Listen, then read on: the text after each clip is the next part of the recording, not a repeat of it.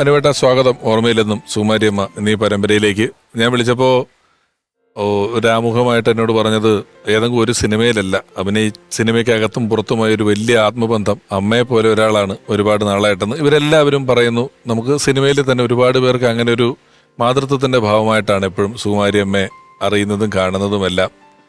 എങ്ങനെയായിരുന്നു നിങ്ങളുടെ ഒരു ആത്മബന്ധത്തിന്റെ തുടക്കം? അല്ല, പിഷു പറഞ്ഞ പോലെ ഇപ്പൊ ലാലുചേട്ടൻ നോക്കുമ്പോൾ ലാലുചേട്ടൻ്റെ ഏറ്റവും അടുത്ത ആളായിരിക്കും സുകുമാരിയമ്മ. ശങ്കരേട്ടൻ നോക്കുമ്പോൾ അങ്ങനെ ആയിരിക്കും, ലാലേട്ടൻ നോക്കുമ്പോൾ അങ്ങനെ ആയിരിക്കും. അപ്പോൾ ഇത് പരിചയപ്പെടുന്ന എല്ലാവരെയും സ്വന്തമാക്കുകയും അവർക്ക് സ്വന്തമാണെന്ന് തോന്നുകയും ചെയ്യുന്ന ഒരു അപൂർവ വ്യക്തിത്വമാണ് അത്. ഞാൻ സുകുമാരിയമ്മയായിട്ടുള്ള ഇത് കാണുന്നത് സ്വപ്നം എന്നുള്ള സീരിയലാണ്. അപ്പോൾ ഞാൻ ഒരു സിനിമ പൊട്ടി സിനിമയിൽ നിന്നാ പോയ ഏകദേശം ഒറ്റപ്പൊട്ടലിൽ തന്നെ ഔട്ടായി എന്നുള്ള ലെവലിൽ നിൽക്കുന്ന 2001 അന്നൊക്കെ അങ്ങനെയാണല്ലോ. പ്രത്യേകിച്ച് നായകനായി വരുന്ന സിനിമ പൊട്ടുന്നതോടുകൂടി ഇവൻ രാശിയില്ലാത്തവനാണെന്ന് പറയും. അങ്ങനെ സീരിയലിലെത്തി അത്യാവശ്യം അവിടെ മതി, ഇനി ഒരു തരത്തിൽ ഞാൻ സിനിമയിലേക്കില്ല എന്ന് വിചാരിച്ചിരിക്കുന്ന സമയത്താണ് ഈ സ്വപ്നം എന്ന് പറഞ്ഞ സീരിയൽ വരുന്നത്. അപ്പോൾ അവിടെ വെച്ചിട്ടാണ് സുകുമാരിയമ്മയെ കാണുന്നത്. അപ്പം ഞാൻ ഭയങ്കര റെക്ലൂസാണ്. ഞാൻ ആൾക്കാരുടെ അടുത്തും മിണ്ടില്ല. കാരണം ഈ പൊട്ടലിൻ്റെ ഒരു ആഘാതം കഴിഞ്ഞിട്ടില്ല, അതിലങ്ങനെ നിൽക്കുക. ആ സമയത്ത് സുകുമാരിയമ്മ, ഞാനതിൽ എഡ്വേർഡ് എന്നുള്ളൊരു ആംഗ്ലോ ഇന്ത്യൻ ക്യാരക്ടറാണ് ചെയ്യണം. അപ്പം അതിലെനിക്കൊരു ഇത് വെക്കണം, ഈ ലെൻസ്. അപ്പം ഇത് ഭയങ്കര ഇറിറ്റേറ്റിംഗ് ആണ് ഈ സാധനം. കാരണം ഇന്നത്തെ പോലെ ഇത്രയും ഏറ്റവും സോഫിസ്റ്റിക്കേറ്റഡ് ലെൻസസ് ഒന്നും അന്നില്ല. അന്ന് കണ്ണി വെച്ച ഏരിയയും ചിലപ്പോൾ പൊള്ളും, അങ്ങനത്തെ മാതിരി ലെൻസ്. അപ്പം ഞാനിങ്ങനെ ക്രിബിങ് ആണ് ഇതിനെക്കുറിച്ച്. അപ്പോൾ ഒരു ദിവസം അന്നൊന്നും അത് എൻ്റെ അമ്മയായിട്ടാണ് അഭിനയിക്കുന്നത് അതിൽ. അത് നമ്മുടെ ബോയിങ്ങിലെ പോലത്തെ ഒരു ആംഗ്ലോ ഇന്ത്യൻ ക്യാരക്ടറാണ്. അപ്പം നമുക്കിതുണ്ട്, നമുക്ക് റെവറൻസും റെസ്പെക്റ്റും ഒക്കെ ഉണ്ട്. പക്ഷെ അറ്റ് ദ സെയിം ടൈം എനിക്കിത് ഒരു ഭയങ്കര ഫ്രസ്ട്രേറ്റഡ് ആണ് എൻ്റെ മൊത്തം കാര്യങ്ങൾ.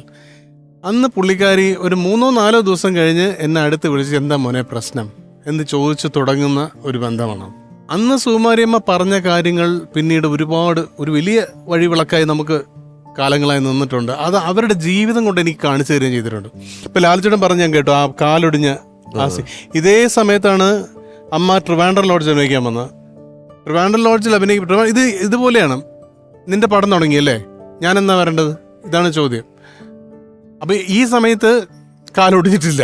അപ്പം ഞാൻ പറഞ്ഞു ഉണ്ട്, ജനാർദ്ദൻ ചേട്ടനും സുകുമാരിയമ്മയും അതിലത് പ്രധാന 2 ക്യാരക്ടേഴ്സാണ്. നിങ്ങളുടെ ലവ് സ്റ്റോറിയാണ് അതിൽ ഒരു ലവ് സ്റ്റോറി എന്ന് പറയുന്നത്. വരണം. അത് ആ കാലൊടിയിലാണോ എന്ന് എനിക്ക് അറിഞ്ഞു. ഇപ്രാവശ്യം കാലൊടിഞ്ഞിട്ടുണ്ട്, ഞാൻ അറിയുന്നില്ല. അപ്പോൾ ലോഡ്ജ് എന്ന് പറയുന്നത് ഫോട്ടോച്ചിലാണ് സെറ്റ് ഇട്ടിരിക്കുന്നത്. മേലെ കയറണം, 2 നില. അതിൻ്റെ മേലെയാണിത്. സുകുമാരിയമ്മ ഡെയിലി വന്ന് ഇതിൻ്റെ മണ്ടയിൽ കയറും. ഒരു 6-7 ദിവസം കഴിഞ്ഞ് വേദന സഹിക്കാൻ വയ്യാതെ ബോധം പോയി.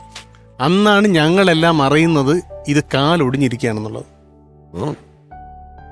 ഇത് സ്വന്തം ജീവിതം കൊണ്ട് സിനിമയോട് എത്രമാത്രം അർപ്പണബോധം വേണം എന്ന് നമ്മളെ കാണിച്ചു തന്ന ഒരാളായിരുന്നു. എനിക്കത് എന്നെ സംബന്ധിച്ചിടത്തോളം ഓഫ് കോഴ്സ് ഈ ഇത്രയും ക്യാരക്ടേഴ്സും ചെയ്ത ഒരാളും മലയാള സിനിമയിലില്ല, മലയാള സിനിമയിൽ ഉണ്ടാവുകയില്ല.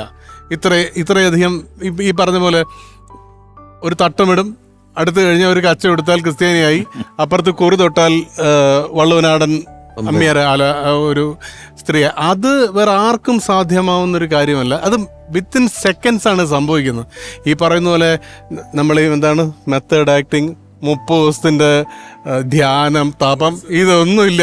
ഉച്ചയ്ക്ക് അമ്മയാരാണെങ്കിൽ വൈകുന്നേരം അച്ചായത്തിയാവും എന്ന് പറയുന്ന ഒരു ബ്യൂട്ടി, അല്ലെങ്കിൽ അതിൻ്റെ ഒരു അത് എനിക്ക് തോന്നുന്നു ഇതിനോടുള്ള കമ്മിറ്റ്മെൻ്റ് എന്ന് പറഞ്ഞാൽ 100%. വിളിച്ച് പിന്നെ കാലൊടിയുന്നോ അല്ലെങ്കിൽ ഇതിന് വേറൊരു കാര്യം പറയണ്ടേ. ഞാൻ ഇതേപോലെ മേഘം എന്ന് പറഞ്ഞ പടത്തിൻ്റെ സീരിയലിൻ്റെ ഷൂട്ടിങ്ങിനിടയിൽ വലിയ ജലദോഷം എനിക്ക് രാവിലെ ഷൂട്ടിങ്ങിന് വരാൻ താമസിക്കും എന്നുള്ളത് നമ്മൾ സംവിധായകനെ വിളിച്ച് പറയുന്നുണ്ട്. എനിക്ക് ഒട്ടും വയ്യാണ്ടിരിക്കുകയാണ് എന്നൊക്കെ പറഞ്ഞ് ഒരു ജലദോഷമേ ഉള്ളൂ. അന്ന് ഞാൻ ഷൂട്ടിങ്ങിനെത്തുമ്പോൾ അമ്മ അവിടെ ഉണ്ട്, ഏന്തുന്നുണ്ട്. 3 സീൻ എടുത്തു കഴിഞ്ഞു, 6 മണിക്ക് വന്നു ഷൂട്ടിങ്ങിന്, ഏന്തുന്നുണ്ട്. പറയുമ്പോൾ തലേ ദിവസം ആ പൊന്മുടിയാണ് ഷൂട്ടിങ്. അവിടെ ആ അവിടെ സ്റ്റെപ്സ് കയറിയപ്പോൾ ഉളുക്കിപ്പോയി. ഈ കാല് ഉളുക്കിയിട്ട് അവിടെ മൊത്തം നീരടിച്ചിരിക്കുക. ജലദോഷമായി ഇതിൽ വരാത്ത ഞാൻ അപ്പൊ ഇതാണ് നമുക്ക് കാണിച്ചു തരുന്നത്. ഇതിന്റെ ഒരു ആഗ്രഹത്തിന്റെ ഒരു അത്ഭുതം വളരെ വലുതാണല്ലേ. സിനിമ നമുക്ക് കുറെ കഴിയുമ്പോഴേ വേണമെങ്കിൽ മടുക്കാമല്ലോ. നമ്മൾ എത്ര പേരെ കണ്ടിട്ടുണ്ട്, എന്നെ എക്സൈറ്റ് ചെയ്യിക്കുന്ന ഒന്നും ഇതിനകത്തില്ല, എനിക്ക് ഇതിനോടുള്ള ഒരു എക്സൈറ്റ്മെന്റ് പോയി എന്നൊക്കെ സ്വാഭാവികമായിട്ടും എത്രയോ ആൾക്കാർ, എത്രയോ പുതിയ നടന്മാർ പറയുന്നത് ഞാൻ കേട്ടിട്ടുണ്ട്. എന്നെ എക്സൈറ്റ് ചെയ്യുന്ന എന്ത് എക്സൈറ്റ്മെന്റ്? ഇവർ 2500 സിനിമയിൽ അഭിനയിച്ചത് വേറൊരു എക്സൈറ്റ്മെന്റിലാണ്. സിനിമയുടെ ഭാഗമാവുക, ഇത് ബ്രീത്ത് ചെയ്യുന്നത് സിനിമയാണ്. അതിൽ എക്സൈറ്റ് ചെയ്യുന്നത് എനിക്കറിഞ്ഞൂടാ. അത് അല്ല, ആ സമയത്തൊക്കെ എനിക്ക് പോലും നമ്മളന്ന് 27 പടം 28 പടം വർഷമൊക്കെ ചെയ്യുന്ന സമയത്ത് പലപ്പോഴും ഇത് നിർത്തണം എന്ന് വിചാരിച്ച ദിവസങ്ങളുണ്ട്. ബിക്കോസ് അത്ര സ്ട്രെയിൻ ആയിരുന്നു. ചേച്ചിയൊക്കെ രാവിലെ ചേച്ചി എന്നെ ട്രെയിൻ ബുക്ക് ചെയ്യും, ചേച്ചി എന്നെ ലൊക്കേഷനിലെത്തും. പിന്നെ ഡ്രസ്സോ നമ്മൾ ഇനിയിപ്പോൾ ഇതൊന്നും ചിലപ്പോ കോസ്റ്റ്യൂമൊന്നും എടുത്തു കാണില്ലേ. മിനിമൽ സാധനങ്ങളൊക്കെ ചേച്ചിയുടെ പെട്ടിയിലുണ്ട്. ഈ ജ്വൽസ് സാധനങ്ങളൊക്കെ ചേച്ചിയുടെ കയ്യിലുണ്ടാവും. ഇപ്പോൾ എന്താ പറയുക, നമ്മൾ സുമാരിയമ്മയെ സെലിബ്രേറ്റ് ചെയ്യുന്ന ഒരു സമയത്ത് പറയേണ്ടതാണോ എന്ന് എനിക്കറിയില്ല. പക്ഷേ ഞാൻ സുമാരിയമ്മയെ പറ്റി ആലോചിക്കുമ്പോൾ എനിക്ക് പെട്ടെന്ന് വരുന്ന ഒരു കാര്യം ആ മരണമാണ്. എനിക്ക് ഓർമ്മയുണ്ട്, ഞാൻ ബഡ്ഡി എന്ന് പറഞ്ഞ പടത്തിൻ്റെ ഷൂട്ടിങ്ങിന് എവിടെയാണ്, ഷിംലയിലാണ്. അപ്പോൾ എന്നെ ഒരു 10 മണിയായപ്പം മനോരമയിലെ ഹരിയേട്ടൻ വിളിച്ചു നോക്കി, എങ്ങനെയുണ്ട്? ഞാൻ പറഞ്ഞു ഇങ്ങനെ തണുപ്പുണ്ട്. അതല്ല, സുമാരിയമ്മയ്ക്ക് എങ്ങനെയുണ്ട്? ഞാൻ പറഞ്ഞു എന്താ പ്രശ്നം, അറിഞ്ഞില്ലേ അങ്ങനെ? അപ്പോൾ എന്നെ ഒരു 7-8 മണിയായപ്പോൾ വിളിച്ചിട്ടുണ്ട് സുമാരിയമ്മ 3 തവണ. അപ്പം ഞാൻ ഷൂട്ടിലായതുകൊണ്ട് എടുത്തിട്ടില്ല. ഞാൻ ഇത് കേട്ട് ഞാൻ ലൈക്ക്, കാരണം തലേദിവസം സംസാരിച്ചാണ് ഇങ്ങനെ 60% ബേൺസ് ആണെന്നാണ് പറയുന്നത്. അപ്പം എനിക്കിത് വിശ്വാസം വരുന്നില്ല. കാരണം ഏതോ ഒരു ഫോൾസ് ന്യൂസ് ആയിട്ട് തന്നെയാണ് നമ്മളിത് കാണുന്നത്. അതും പൂജാമുറിയിൽ വെച്ച്. അങ്ങനെ ഒരു കുറച്ച് കഴിയുമ്പോൾ എനിക്കൊരു കോള് വരുന്നു. അമ്മ എന്നാണ് ഞാൻ ഫീഡ് ചെയ്തിരിക്കുന്നത്. അമ്മയുടെ കോള് വരുന്നു. ഒന്നുമില്ല അമ്മ, പൊള്ളി, കുറച്ച് ചെറുതായിട്ട് പൊള്ളി, 60% 70% ബേണുള്ള ആളാണ് വിളിക്കുന്നത്. ഡബ്ബിംഗ് ഉണ്ട്. അപ്പം എനിക്കറിയാം ആ ശബ്ദത്തിൽ ഭീകരമായ വേദനയുണ്ട്, വേദനയുമുണ്ട്. എന്തോ ഒരു റിസൈൻഡ് ആയിട്ടുള്ള, ആ ഫെയ്റ്റിലോട് റിസൈൻഡ് ആയിട്ടുള്ള ഒരു ശബ്ദമാണ് ആ കേൾക്കുന്നത്. അപ്പോഴേക്കും ആരോ ഫോൺ പിടിച്ചു വാങ്ങിക്കുകയോ അല്ലെങ്കിൽ സംസാരിക്കേണ്ടെന്ന് പറയുകയോ ചെയ്തു. അതായിരുന്നു ഞാൻ അവസാനമായി അമ്മയായിട്ടുള്ള ഇത്. അമ്മ പോയി. നമ്മൾ അമ്മയിൽ നിന്നും എല്ലാവരും കൂടെ ഒരു ഫ്ലൈറ്റ് ചാർട്ട് ചെയ്താണ് മദ്രാസിൽ പോയത് അമ്മയെ കാണാൻ വേണ്ടിയിട്ട്. അപ്പം ഞങ്ങളവിടെ എത്തുമ്പം പറഞ്ഞു റോയാപേട്ട ഹോസ്പിറ്റലിലേക്ക് കൊണ്ടുപോയിട്ടുണ്ട്. അല്ല, റോയപ്പേട്ടയിലേക്കാണ് കൊണ്ടുവന്നിരിക്കുന്നത് അവിടുന്ന്. ഞങ്ങളവിടെ എത്തുമ്പം സുമാരിയമ്മ വന്നിട്ടില്ല, ആംബുലൻസ് വന്നിട്ടില്ല. കുറച്ച് കഴിയുമ്പോൾ മമ്മൂക്കുണ്ട്, ലാലേട്ടനുണ്ട്, എല്ലാവരും ഉണ്ട്. കുറച്ച് കഴിയുമ്പോൾ ഈ ആംബുലൻസ് വരുന്നു. ആംബുലൻസിൻ്റെ അകത്ത് നല്ല ഈ ബോഡി എടുക്കുന്നത്, ആംബുലൻസിൻ്റെ അടിയിലുള്ള ഒരു സ്ട്രക്ചറിൽ നിന്നാണ്. മേ ബി ഈ ബേൺസ് ഉള്ളതുകൊണ്ട് അവർ മുകളിൽ വെച്ചിട്ടില്ല. അത് എന്ത് കാരണത്താലാണെന്ന് എനിക്കറിയില്ല. താഴെ നിന്നാണ് ഇതെടുക്കുന്നത്. താഴെ ഉണ്ടായി ആ ഒരു സ്ട്രെച്ചർ എടുത്തിട്ട് ഇവർ ഈ ബോഡി ആ റോയാപേട്ട ആശുപത്രിയുടെ കോറിഡോറിലിട്ടു. ഞങ്ങളെല്ലാം ചുറ്റും നിൽക്കുകയാണ്. ആ കോറിഡോറിലിട്ടു അവിടെ കിടക്കുകയാണ്. അപ്പോൾ അവിടുത്തെ ഇവർ പറഞ്ഞു, അവിടുത്തെ ഒഫീഷ്യൽസ് ആരോ പറഞ്ഞു, സർ ഇപ്പോൾ വിട്ട് കിട്ടില്ല. അപ്പോൾ അൺനാച്ചുറൽ ഡെത്താണ്, പോസ്റ്റ്മോർട്ടം. ഇത് കഴിഞ്ഞ് എല്ലാവരും പിരിയുന്നു. പിറ്റേ ദിവസം ഈ പറഞ്ഞ പോലെ എല്ലാവരും ഒരു ബ്രീഫ്ഡ് ഫാമിലിയുടെ കൂടെ. ഇപ്പം ആക്ടർ എന്ന രീതിയിൽ നമ്മൾ ഇപ്പം പിഷു നേരത്തെ പറഞ്ഞ ഇപ്പം ഇവരെല്ലാം പറഞ്ഞ പല ക്യാരക്ടേഴ്സ്. ഞാൻ ഉത്തരം എന്ന് പറഞ്ഞ സിനിമയുണ്ട്. ഉത്തരം സിനിമയിൽ സുപർണയെ നോക്കുന്ന ഒരായിട്ടൊരു ക്യാരക്ടറുണ്ട്. MT സാർ എഴുതി പവിത്രൻ സാർ ഡയറക്ട് ചെയ്ത പടമാണ്. എനിക്ക് ഭയങ്കര പ്രിയപ്പെട്ട സിനിമയാണ്. ഗംഭീര സിനിമയാണ്. അതിൽ മമ്മൂക്ക ചെന്നിട്ട് ഈ സുപർണയെ ഗർഭിണിയായിരുന്നപ്പോൾ നോക്കിയ ഒരു നേഴ്സും ആ കുട്ടിയെ നോക്കിയ നേഴ്സിന്റെ ക്യാരക്ടറാണ്.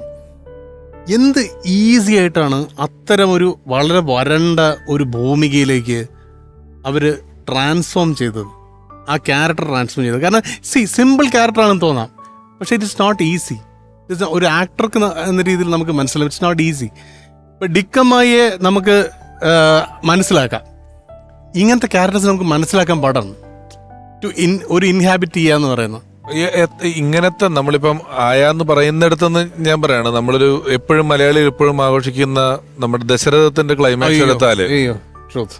അവിടെ ലാലേട്ടന്റെ ഒപ്പം ഒരു ആ ചോദ്യത്തിനൊരു ഉത്തരവില്ലാണ്ട് നിൽക്കുന്നുണ്ട്. അതിനൊരു ആൻസർ ഇല്ല ആ ക്വസ്റ്റിന്. കാരണം ആനി മോനെ സ്നേഹിക്കുന്ന പോലെ എന്നെ സ്നേഹിക്കാൻ പറ്റുമോ ക്വസ്റ്റ്യൻ മാർക്കിലാണ് ഇത് തിരുന്നത്. പറ്റുമോ ഇല്ലയോ എന്നുള്ളൊരു ക്വസ്റ്റിന്റെ ഒരു എന്താ പറയുന്ന അതൊരു വല്ലാത്ത എക്സ്പ്രഷൻ സുകുമാരിയമ്മ അവിടെ നിൽക്കുന്നുണ്ട്. എന്താണ് ഇതിന്റെ ആൻസർ? ഇത് പറ്റുന്നതാണോ? അല്ല, ആ ഒരു റിയാക്ഷൻ ഇല്ലെങ്കിൽ ഇപ്പുറത്തെ റിയാക്ഷനും കാര്യമില്ലാതെ പോകും അല്ലേ? അത്ര അധികം നോക്കുന്നുണ്ട്. അതുപോലെ ഇപ്പം ശങ്കർ സാർ നേരത്തെ പറഞ്ഞു ഡാൻസ് കളിച്ച് അഭിനയിക്കുക, അല്ലെങ്കിൽ അങ്ങനെ ഇത് നമ്മളിപ്പം മദ്യപിച്ച് തുടങ്ങുന്ന ഒരാൾ അയാളുടെ വീട്ടില് ഭാര്യയുടെ അടുത്തോ അമ്മയുടെ അടുത്തോ മദ്യപിക്കാത്തതുപോലെ പെരുമാറുന്നിടത്തൊരു അഭിനയമുണ്ട് സ്വാഭാവിക ജീവിതത്തിൽ. സിനിമയിൽ മദ്യപിച്ചതായിട്ട് അഭിനയിക്കുന്നതിന് ഇത്തിരി പാടാ, എളുപ്പമല്ല. മദ്യപിക്കാതെ മദ്യപിച്ച പോലെ അഭിനയിക്കുന്നത് എന്നാൽ അത് സ്ത്രീകൾ കൈകാര്യം ചെയ്യണമെങ്കിൽ ഇനിയും പാടാ. നമ്മൾ വന്ദനമൊക്കെ കാണുമ്പോ വന്ദനത്തിലൊക്കെ ഒരു 4 പെഗ് അടിച്ചിട്ടുണ്ടെന്ന് നമുക്കിവിടെ സുഖമായിട്ട് കുടിച്ചിട്ട് തലയും കുടഞ്ഞ് പോകുന്ന നോക്ക്. തേന്മാവും കുമ്പത്തിലെ ഗാന്ധാരി അമ്മ എന്ന് പറയുന്നൊരു കഥാപാത്രം ഒരു നാട് ഭരിക്കുന്ന ഒരാളുടെ ഒരു അര നാട്ടുരാജാവാണ്, നാട്ടുറാണിയാണ്. ആ കഥാപാത്രം തൊട്ട് ഞാൻ നേരത്തെ പറഞ്ഞ സാർ പട്ടാളത്തിലായിക്കോട്ടെ, റാംജി റാവുലല്ലേ വീട് മുകേഷ് ചേട്ടന്റെ കൂട്ടത്തിൽ വരുന്ന അമ്മയായിട്ടുള്ള വേഷം, എത്രയോ സിനിമകൾ